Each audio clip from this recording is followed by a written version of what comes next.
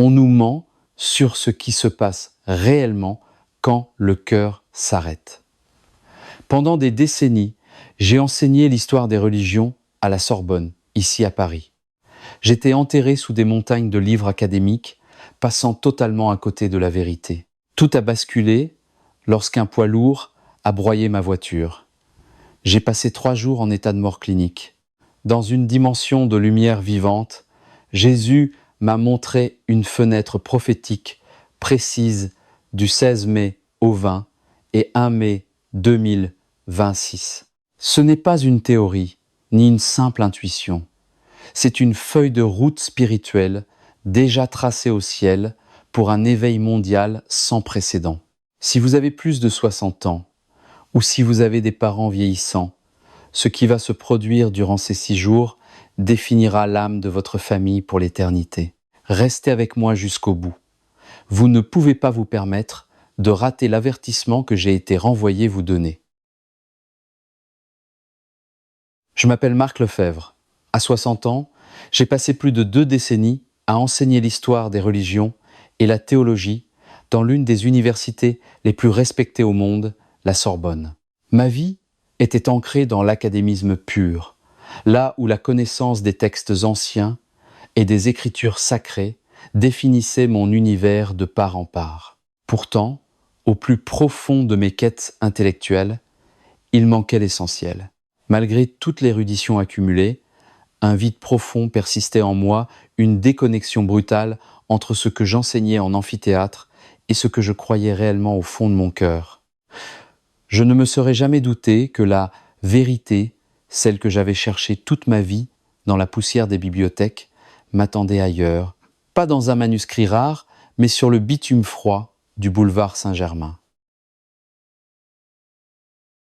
La dernière chose dont je me souviens, avant que tout ne devienne noir, c'est le hurlement des pneus sur le bitume. Je venais de terminer ma journée à l'université, des heures de cours résonnaient encore faiblement dans mon esprit des débats sur l'exégèse, des interprétations de textes anciens, des questions restées sans réponse. Paris s'agitait autour de moi, comme à son habitude pressée, impatiente, électrique. Les réverbères du boulevard Saint-Germain venaient de s'allumer. Leur lueur pâle découpait la pénombre de la soirée. Je ne roulais pas vite. Je n'étais pas distrait.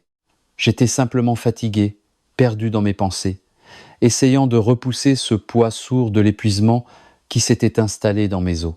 Puis, un klaxon a déchiré l'air. Il est arrivé trop tard. Un poids lourd a surgi devant moi, ses phares m'aveuglant, occupant tout mon champ de vision en un éclair. Pas le temps de freiner, pas le temps de braquer. L'impact a été soudain et d'une violence absolue. Le métal a broyé le métal. Mon corps a été projeté vers l'avant, percutant le volant, et le monde s'est brisé dans un chaos de fracas et de douleur. La douleur est arrivée en premier tranchante, écrasante, sans merci. Je ne pouvais plus respirer. Ma poitrine me semblait compressée, comme si une masse immense l'écrasait, volant l'air de mes poumons. Le sang coulait sur mon flanc, imbibant ma chemise. J'ai essayé de crier, mais seul un râle brisé est sorti de ma gorge. Les battements de mon cœur tonnaient dans mes oreilles, rapides, implacables, jusqu'à étouffer tout le reste. Les sirènes ont commencé à hurler au loin. D'abord fortes, urgentes, puis elles ont commencé à s'estomper. Le son s'étirait, devenait distant, comme s'il appartenait désormais à un autre monde. Ma vision s'est troublée. La douleur s'est propagée comme un incendie dans mon corps, avant de relâcher sa proie, se dissolvant dans quelque chose d'étrange et de lointain. L'obscurité s'est refermée, pas brutalement, mais doucement, comme un rideau que l'on tire à la fin d'une pièce. Je n'étais plus dans la voiture, je n'étais plus dans mon corps, je flottais. Il n'y avait plus de douleur, plus de poids, plus de peur. Le monde physique s'était éclipsé comme s'il n'avait jamais existé, et avec lui, toutes les sensations que j'avais toujours associées au fait d'être vivant. Je ne sentais plus mes membres, je ne sentais plus mon souffle, je ne sentais même plus le temps. Il n'y avait qu'un immense silence. Un profond sentiment de libération m'a envahi, plus profond que le soulagement, plus profond que le repos. C'était comme si un fardeau que j'avais porté toute ma vie, un fardeau dont je n'avais jamais pris conscience, venait enfin d'être levé. Je me sentais vide et pourtant complet. Un vide paisible m'enveloppait, calme et infini. Puis, quelque chose a changé. L'obscurité a commencé à reculer, lentement, presque imperceptiblement. Une chaleur a émergé, ni soudaine, ni aveuglante, mais patiente. Elle a grandi graduellement, comme la première lueur de l'aube après une nuit sans fin. Avec elle est venue une conscience bien plus vaste que la pensée, bien plus profonde que l'émotion. C'est alors que la lumière est apparue, non pas comme un éclairage, mais comme une substance vivante. Elle ne s'est pas contentée de remplacer le noir. Elle avait un poids, le poids de la paix. Je ne faisais pas que la voir, je la respirais. Elle m'entourait, non pas comme quelque chose d'extérieur, mais comme une présence qui touchait chaque fibre de ce que j'étais. La lumière semblait vivante. Et en elle, j'ai ressenti l'amour. Pas l'amour comme une simple émotion, mais comme une force écrasante, absolue, incontestable. Elle m'a rempli totalement. Elle portait en elle une compréhension sans mots, une acceptation sans condition. J'ai su, sans qu'on me le dise, que je n'étais pas seul. Puis, il est apparu. Une silhouette a émergé de la lumière, s'avançant vers moi sans marcher, sans être liée à l'espace, devenant plus nette à chaque instant. Sa présence était bouleversante, puissante, rayonnante, habitée par une autorité et une compassion si intimement mêlées qu'on ne pouvait les séparer. Je l'ai reconnu instantanément. C'était Jésus. Son visage brillait d'un éclat que je ne pouvais pleinement saisir, et pourtant, ce sont ses yeux qui m'ont capturé. Il y avait quelque chose en eux, quelque chose qui entrait en moi, traversant chaque défense que j'avais construite au cours de ma carrière. Je me sentais mise à nu d'une manière totalement nouvelle. Est-ce réel ? Ai-je murmuré, la voix tremblante, bien que je n'ai ni bouche ni souffle. Il n'a pas répondu tout de suite. Son silence parlait plus clairement que n'importe quel mot. « Marc, a-t-il dit, le son de mon nom n'a pas atteint mes oreilles. Il a résonné à travers tout mon être. Il semblait plus lourd qu'un son, comme s'il portait le poids de mon existence même. Lorsqu'il l'a prononcé à nouveau, ce n'était plus seulement un nom. C'était un appel. Tout ce qui était en moi s'est effondré. Tous les doutes auxquels je m'accrochais, toutes les barrières intellectuelles que j'avais bâties à la Sorbonne au fil des années d'études et de débats, toute cette distance prudente que j'avais maintenue, avec la foi, rien n'a tenu. En sa présence, tout s'est évaporé, me laissant nu et sans défense. Je suis tombé à genoux non par rituel ou par révérence, mais parce qu'il m'était physiquement impossible de rester debout. Se rendre n'était pas un choix, c'était la seule réponse possible. Je me suis trompé, ai-je murmuré, surtout. Jésus a tendu la main et a touché ma tête.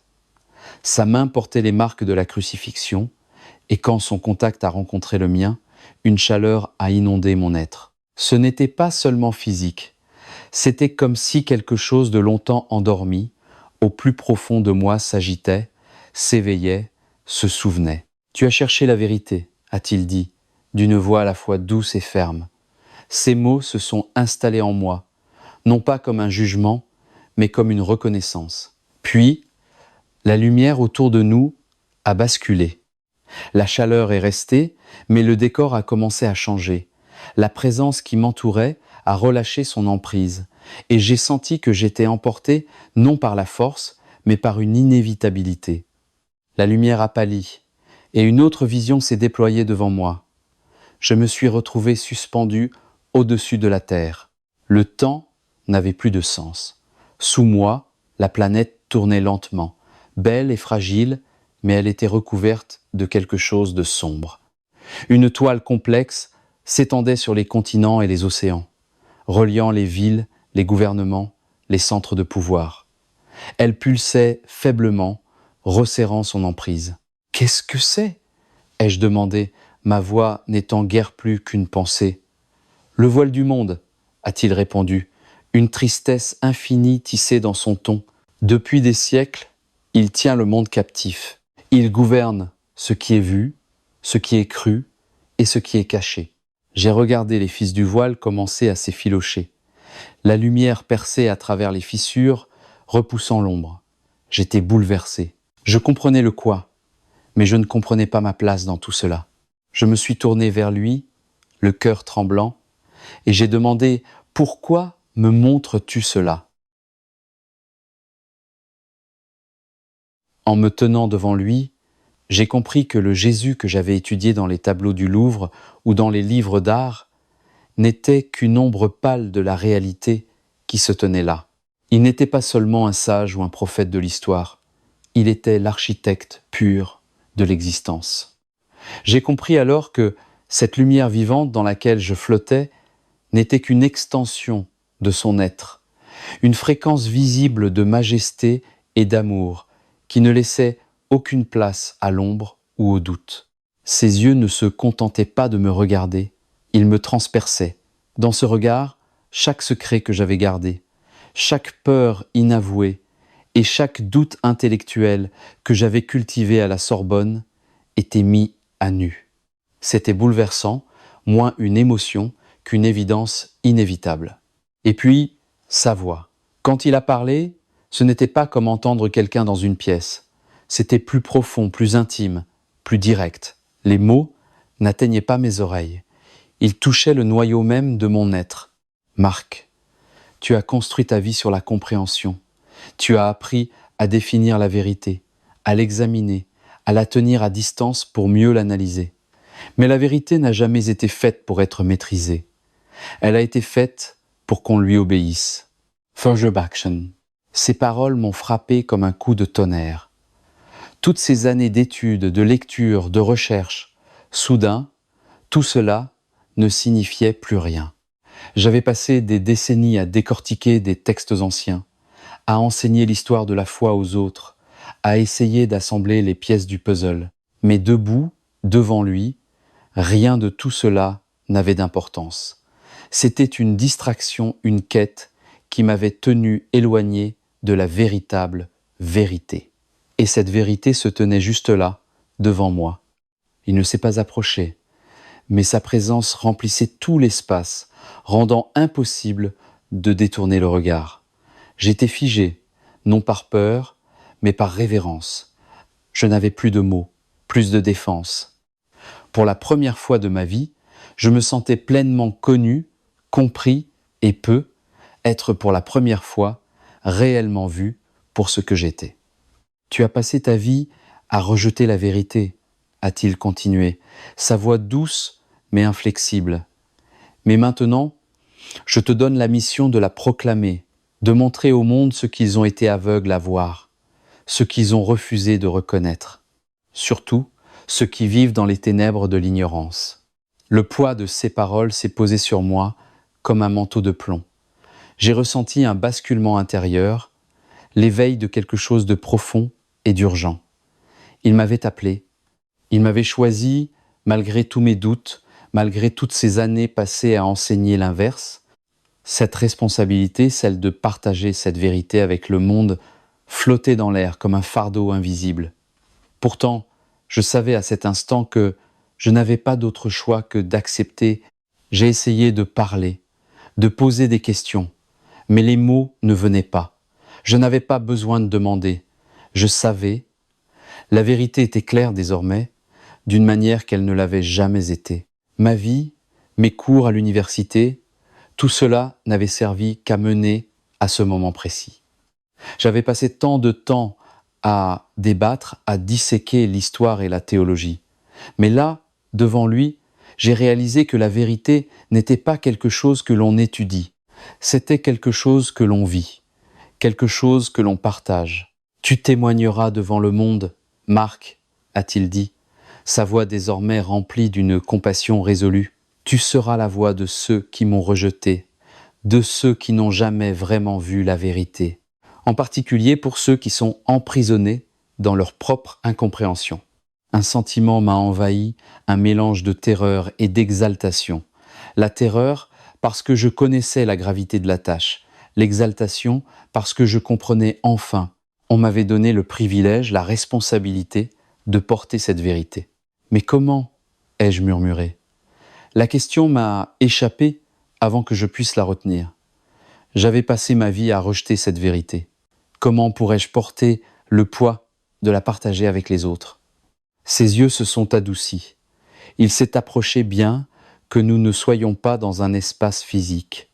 Je pouvais le sentir juste là, si proche. C'est toi qui témoigneras parce que tu as vu la vérité de tes propres yeux, parce que tu as marché dans les ténèbres et que tu es revenu à la lumière. Tu connais la lutte de l'incrédulité, la force du doute. Ton témoignage aura du poids à cause de ton passé, à cause de ton parcours. Personne ne pourra t'accuser d'ignorance ou de foi aveugle, Marc. Tu as vu l'autre côté et maintenant tu sais. Le poids de ces mots s'est ancré profondément en moi. Il avait raison. J'avais passé tant d'années à questionner, à rejeter et même à argumenter contre la vérité, et soudain, la vision a recommencé à basculer. Je n'étais plus dans cette lumière, plus en présence du divin. À la place, j'ai ressenti une attraction, une force à laquelle je ne pouvais résister. J'étais tiré en arrière, vers le monde que j'avais connu, vers la vie que j'avais menée. Je n'étais plus le Marc Lefebvre qui vivait par le doute, qui poursuivait la connaissance tout en tenant la vérité à distance. On ne me renvoyait pas simplement pour vivre, mais pour témoigner. La vérité n'allait plus être quelque chose que j'analysais dans des livres. Elle allait être la vie que je portais. Elle allait être le témoignage de ma bouche. Alors que je me tenais dans cette présence divine, on ne m'a pas donné de compte-rendu politique ou d'agenda secret. À la place, on m'a montré une fenêtre prophétique, un seuil spirituel qui marque une saison d'éveil entre le 6 mai et le 20 et 1 mai 2026. Dans cette vision, j'ai vu un calme étrange s'installer dans le cœur des fidèles les 16 et 17 mai. C'était le silence avant une tempête glorieuse. Mais alors que minuit sonnait le 18 mai, j'ai senti l'atmosphère même de la France et de tout le continent européen basculer. J'ai vu une vision qui m'a ému aux larmes. Je n'ai pas vu seulement quelques croyants isolés. J'ai vu un éveil collectif, tonitruant. J'ai vu des millions d'entre vous, les piliers de vos familles, les grands-mères dans leurs appartements haussmanniens à Paris, les pères retraités dans les quartiers paisibles de Lyon ou de Bordeaux, et les sentinelles de prière dans les fermes isolées de Bretagne et d'Auvergne. J'ai vu une vague de lumière vivante traverser vos murs et entrer dans vos chambres pendant que vous dormiez. La nuit du 18 mai, vous ne ferez pas qu'un rêve. Vous aurez une visitation. J'ai vu des millions de personnes de plus de 60 ans se réveiller au même instant précis, 3 heures du matin, avec le cœur battant, non pas de peur, mais d'un feu surnaturel. Vous verrez le même lion, vous entendrez la même voix et vous recevrez les mêmes instructions. Vous vous retrouverez assis dans votre lit, regardant vos mains, réalisant que la faiblesse de l'âge a été remplacée par un manteau d'autorité prophétique. Le 19 mai, j'ai vu les premiers fruits physiques de cet éveil. Si vous regardez ceci, vous connaissez la douleur d'un dîner de famille rompu. Vous connaissez les noms de ces enfants et petits-enfants qui se sont éloignés, avalés par le voile du monde. J'ai vu un miracle de réconciliation. J'ai vu des millions d'entre vous prendre leur téléphone, et avant même que vous ne puissiez parler, vos enfants à l'autre bout du fil étaient déjà en larmes. J'ai vu les chaînes numériques, l'addiction aux écrans, les mensonges des idéologies modernes et l'aveuglement spirituel se briser net. L'Esprit m'a montré que la sagesse des anciens, votre sagesse, deviendra soudainement la seule boussole en laquelle la jeune génération aura confiance. C'est le grand retournement dont parlent les anciens écrits, le cœur des enfants qui revient vers leur père et leur mère. Le 20 mai, la vision s'est élargie. J'ai vu le voile du monde, ces structures construites par l'homme, que j'avais vues d'en haut commencer à vibrer de panique. Parce que des millions d'entre vous n'ont plus peur, leur pouvoir sur vous a disparu. J'ai vu les salles de contrôle des grandes chaînes de télévision à Paris. J'ai vu les présentateurs et les journalistes dans un état de chaos absolu. Ceux qui ne voient qu'avec des yeux physiques seront confus. Ils essaieront de construire un récit pour vous discréditer. Ils tenteront d'expliquer cela par la logique ou la psychologie. Ils utiliseront des termes cliniques pour pathologiser votre paix. Ils diffuseront des avertissements disant aux jeunes que leurs parents ont été radicalisés par une force spirituelle mystérieuse. Mais la vision m'a montré que leurs mensonges tomberont à plat. Leur infrastructure craquera parce qu'elle ne peut pas contenir la fréquence de la vérité que vous portez désormais. Ce qui commence à Paris, à Saint-Germain ou dans nos campagnes ne s'arrêtera pas là. Le soir du 20 mai, j'ai vu cette lumière bondir par-dessus l'Atlantique et le Pacifique. J'ai vu des rassemblements de prières massifs à Trafalgar Square à Londres. J'ai vu les lumières de Tokyo vaciller alors que des millions de personnes ressentaient le même frisson de l'esprit. J'ai vu des croyants secrets dans des nations fermées se lever soudainement sur leur place publique, parlant avec une audace qui défie la mort. C'est la première fois dans l'histoire qu'un réveil sera véritablement mondial et instantané, opéré par l'esprit, de sorte qu'aucun gouvernement ne puisse bloquer le signal. À mesure que nous avancions vers la fin du mois de mai 2026, la vision devenait plus intense. J'ai vu les institutions religieuses établies, celles qui sont devenues sèches et politiques, se sentir menacées. J'ai vu des chefs religieux qui ont bâti des empires sur la tradition essayer de fermer leurs portes à ce nouveau feu. Ils l'appelleront non autorisé ou dangereux. Mais j'ai vu les bancs des églises se remplir de gens qui ne se soucient ni des titres ni des traditions.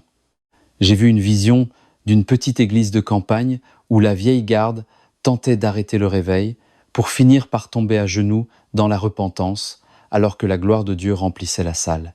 Aucune structure humaine ne peut contenir ce qui vient. Le 21 mai, l'éveil débordera dans les rues. J'ai vu une vision du jardin des Tuileries à Paris et de l'esplanade des Invalides remplie de milliers de personnes qui n'avaient pas prévu d'être là. Il n'y avait ni orateur, ni système sonore, ni bannière politique, seulement le son d'une prière collective et l'atmosphère d'une paix qui dépasse toute compréhension. J'ai vu des gens abandonner leur voiture en plein milieu de la rue, attirés par une force irrésistible vers la lumière. J'ai vu des ennemis s'embrasser. J'ai vu les fractures sociales et politiques qui déchirent la France depuis des décennies se dissoudre simplement en présence du lion. Enfin, alors que le soleil se couchait le 20 et 1 mai 2026, j'ai vu un scellement avoir lieu. C'est le moment où la fenêtre se ferme, mais où le changement devient permanent. Ceux d'entre vous qui auront franchi le seuil, ceux qui auront répondu à l'appel, seront transformés à jamais. Je vous ai vus debout, comme des balises dans vos communautés. Vous ne serez plus perçus comme les seigneurs ou les retraités. Vous serez vus comme les guetteurs. Le monde se tournera vers vous pour connaître la vérité, parce que vous étiez ceux qui étaient éveillés quand la lumière est arrivée. Le roi m'a dit, « Marc, dis-leur que le temps de la préparation est maintenant. L'infrastructure du mensonge est un tigre de papier. Quand la fenêtre s'ouvrira, ils devront être prêts à sauter. J'ai une demande pour vous, bâtissons un mur de prière dès maintenant. S'il vous plaît, allez dans les commentaires et laissez le prénom d'un enfant ou d'un petit enfant pour lequel vous priez. Remplissons cet espace avec leur nom en les réclamant à l'obscurité. Et si vous voyez un nom dans les commentaires, répondez par un « Amen » pour soutenir cette famille. Dites-moi d'où vous regardez cette vidéo. La fenêtre est en train de s'ouvrir. Êtes-vous prêt à voir la vérité ? 5,1A. Je me suis réveillé dans un flou total. L'odeur stérile et métallique de la chambre d'hôpital a envahi mes sens avant même que je puisse comprendre où j'étais. Les lumières crues du plafond me forçaient à plisser les yeux et le bip incessant du moniteur cardiaque était presque assourdissant. 5,NB. Mon corps semblait fait de pierre lourd, douloureux, incapable de répondre. Je ressentais de la douleur dans des endroits dont j'ignorais l'existence. Ma poitrine, enserrée dans des bandages, brûlait à chaque inspiration superficielle. Je me suis réveillé dans un flou total. L'odeur stérile et métallique de la chambre d'hôpital a envahi mes sens avant même que je puisse comprendre où j'étais. Les lumières crues du plafond me forçaient à plisser les yeux, et le bip incessant du moniteur cardiaque était presque assourdissant. Mon corps semblait fait de pierre lourde, douloureux, incapable de répondre. Je ressentais de la douleur dans des endroits dont j'ignorais l'existence.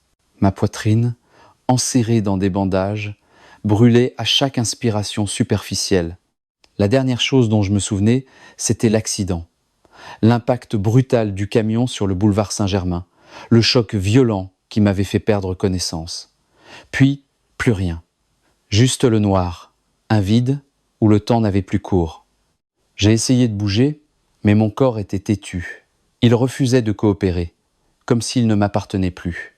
Mon esprit était plus lent qu'à l'accoutumée, mais quelque chose en moi savait que j'étais revenu et que tout avait changé.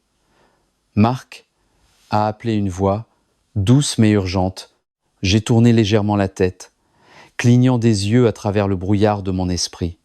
Une femme médecin se tenait près de mon lit, le regard chargé d'inquiétude. « Vous avez été dans le coma pendant 3 jours », m'a-t-elle dit d'une voix douce mais ferme. « C'est un miracle que vous soyez réveillé. Vous étiez dans un état critique.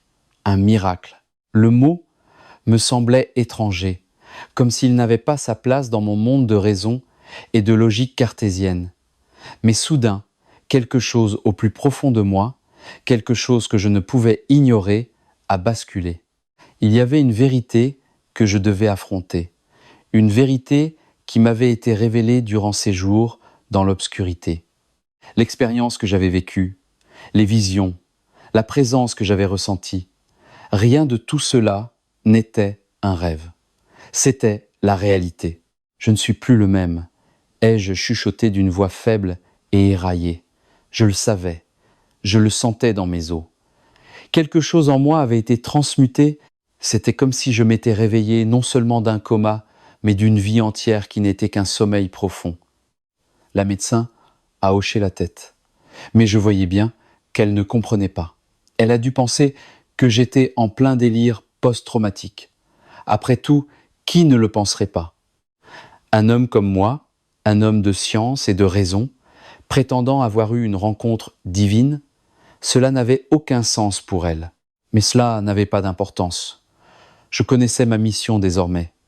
La vérité m'avait été montrée, et je ne pouvais plus faire marche arrière. Je devais la partager, même si personne ne me croyait. Au fil des jours, la douleur physique est devenue presque accessoire, mais le poids du message que j'avais reçu ne cessait de s'alourdir. J'ai essayé de l'expliquer à ma famille, mais ils ne pouvaient pas comprendre. Isabelle, ma femme, a été la première à me rendre visite. Son visage était un mélange de soulagement et de confusion. Mais quand j'ai essayé de lui décrire ce que j'avais vu, j'ai vu ses barrières se lever instantanément. Elle refusait d'y croire. « Marc, s'il te plaît, » disait-elle d'une voix tremblante, « tu as traversé un traumatisme terrible. Tu es encore en convalescence. Tout ça, ce n'est pas réel. » Je voulais la prendre par les épaules pour lui faire comprendre, lui dire à quel point cette lumière était plus réelle que ce lit d'hôpital, que ce n'était pas une hallucination. Mais c'était ma femme, et je savais à quel point cela l'effrayait. L'homme qu'elle connaissait, le professeur rationnel et logique, avait disparu. J'ai essayé de lui faire voir, j'ai essayé de lui dire que j'avais reçu une mission, que je devais porter ce message au monde, mais elle ne voyait rien. Elle ne comprenait pas, et il n'y avait pas qu'Isabelle. Mes enfants, Léa et Thomas, restaient silencieux, dans un coin de la chambre, ne sachant que penser. Ils m'avaient toujours admiré pour mon intellect, pour mon approche pragmatique de la vie. Désormais, ils me regardaient comme un étranger. Ils n'avaient pas de mots. Je voyais la peur dans leurs yeux, mais aussi le doute, et être même de la gêne. Je ne pouvais pas leur en vouloir. Dans notre société, on ne revient pas de la mort pour parler de Dieu sans être étiqueté. En dehors de ma famille, le monde n'était pas plus clément. Je suis retourné à la Sorbonne, dans cette université où j'avais passé des décennies à être respecté. Mais rien n'était plus pareil. Mes collègues, ceux qui admiraient mon travail, me regardaient désormais avec pitié ou scepticisme. Certains étaient polis, posant des questions par pure curiosité intellectuelle, mais d'autres chuchotaient dans mon dos. « Il a perdu la tête », disait-il. Le choc a dû endommager son jugement. Il me traitait comme un fou. Cela faisait mal, bien sûr, être traité comme un paria par mes pairs, mais ce qui faisait encore plus mal, c'était l'impossibilité de faire semblant. Je ne pouvais pas prétendre que rien ne s'était passé. La vérité était en moi, et elle devait sortir. On m'avait montré quelque chose de bien plus grand que moi-même. À mesure que les semaines passaient, le poids de ma décision devenait écrasant. Je savais que le chemin serait difficile. J'allais faire face à la résistance de ma famille, de mes collègues, du monde entier. Je ressentais déjà la pression. Les regards froids, les conversations qui s'arrêtaient quand j'entrais dans une pièce, les manières subtiles dont on essayait de me faire douter de ma propre expérience. Et pourtant, au milieu de tout cela, je ressentais une paix indescriptible. Ce genre de paix qui vient quand on sait qu'on accomplit enfin ce pourquoi on est né. Je n'avais pas toutes les réponses, mais je savais que j'étais appelé à témoigner, à partager ce que j'avais vu, à transmettre cette vérité qui m'avait été confiée. Ce n'était pas facile, mais je m'en moquais. J'avais une mission et je l'accomplirais, quel qu'en soit le prix. En repensant à tout ce qui s'est passé, je suis rempli d'un sentiment de crainte sacrée et d'une responsabilité inébranlable. Ces visions, ces moments qui m'ont brisé pour mieux me reconstruire, ne sont pas de simples souvenirs. Ils font partie de mon être désormais. Le message divin que j'ai reçu, cet éveil imminent, est quelque chose que je ne pourrai jamais ignorer. Je me sens poussé par une force invisible à le partager avec tous ceux qui sont prêts à l'entendre. Ce n'est pas la fin du voyage, c'est le commencement. Le monde change, et il change à une vitesse vertigineuse. Ce que j'ai vu ne doit pas rester caché. Cela doit être diffusé, partagé et embrassé par ceux qui ont soif de vérité. Car ce message n'est pas le mien, c'est un appel pour nous tous, pour nous réveiller, pour reconnaître le basculement et nous préparer à ce qui arrive. Je me tiens devant vous, encore émerveillé par la transformation qui s'est opérée en moi. Le message est clair, nous sommes au cœur d'un éveil global, d'un renouveau spirituel qui touchera chaque recoin de la terre, des boulevards de Paris aux plaines les plus reculées. Je sais que cela peut paraître impossible pour certains, mais je l'ai vu, je l'ai vécu. Et maintenant, je suis là pour vous dire, préparez-vous. Cela arrive, le temps est proche et les signes commencent déjà à se manifester. Je prie pour chacun d'entre vous, pour que vos cœurs s'ouvrent et que vos esprits soient prêts. Ne laissez pas les distractions du monde vous empêcher de voir la réalité. Nous sommes au bord d'un grand réveil, d'une révolution spirituelle qui va tout changer. Cela va nous mettre au défi, nous tester, nous transformer, mais nous devons être prêts. En partageant ceci avec vous, je vous demande de réfléchir à votre propre vie, à vos propres croyances. Que ferez-vous quand l'heure viendra? Serez-vous prêt à embrasser la vérité? Serez-vous ouvert au changement, même s'il remet en question tout ce que vous pensiez savoir? Le monde bascule, et nous devons basculer avec lui. Le réveil n'est pas une simple possibilité, c'est une réalité. Et cela se passe maintenant. Je vous exhorte à partager ce message, à diffuser ces paroles à ceux qui en ont besoin, car la vérité doit être connue. Le monde doit se préparer. Nous devons nous préparer. Je vous laisse avec cette prière que vos cœurs soient ouverts, que vos esprits soient clairs et que vos âmes soient prêtes pour la transformation qui vient. Puissions-nous tous trouver la paix en sachant que nous ne sommes pas seuls. L'éveil est ici. Restons debout, ensemble, dans la foi, la vérité et l'espérance.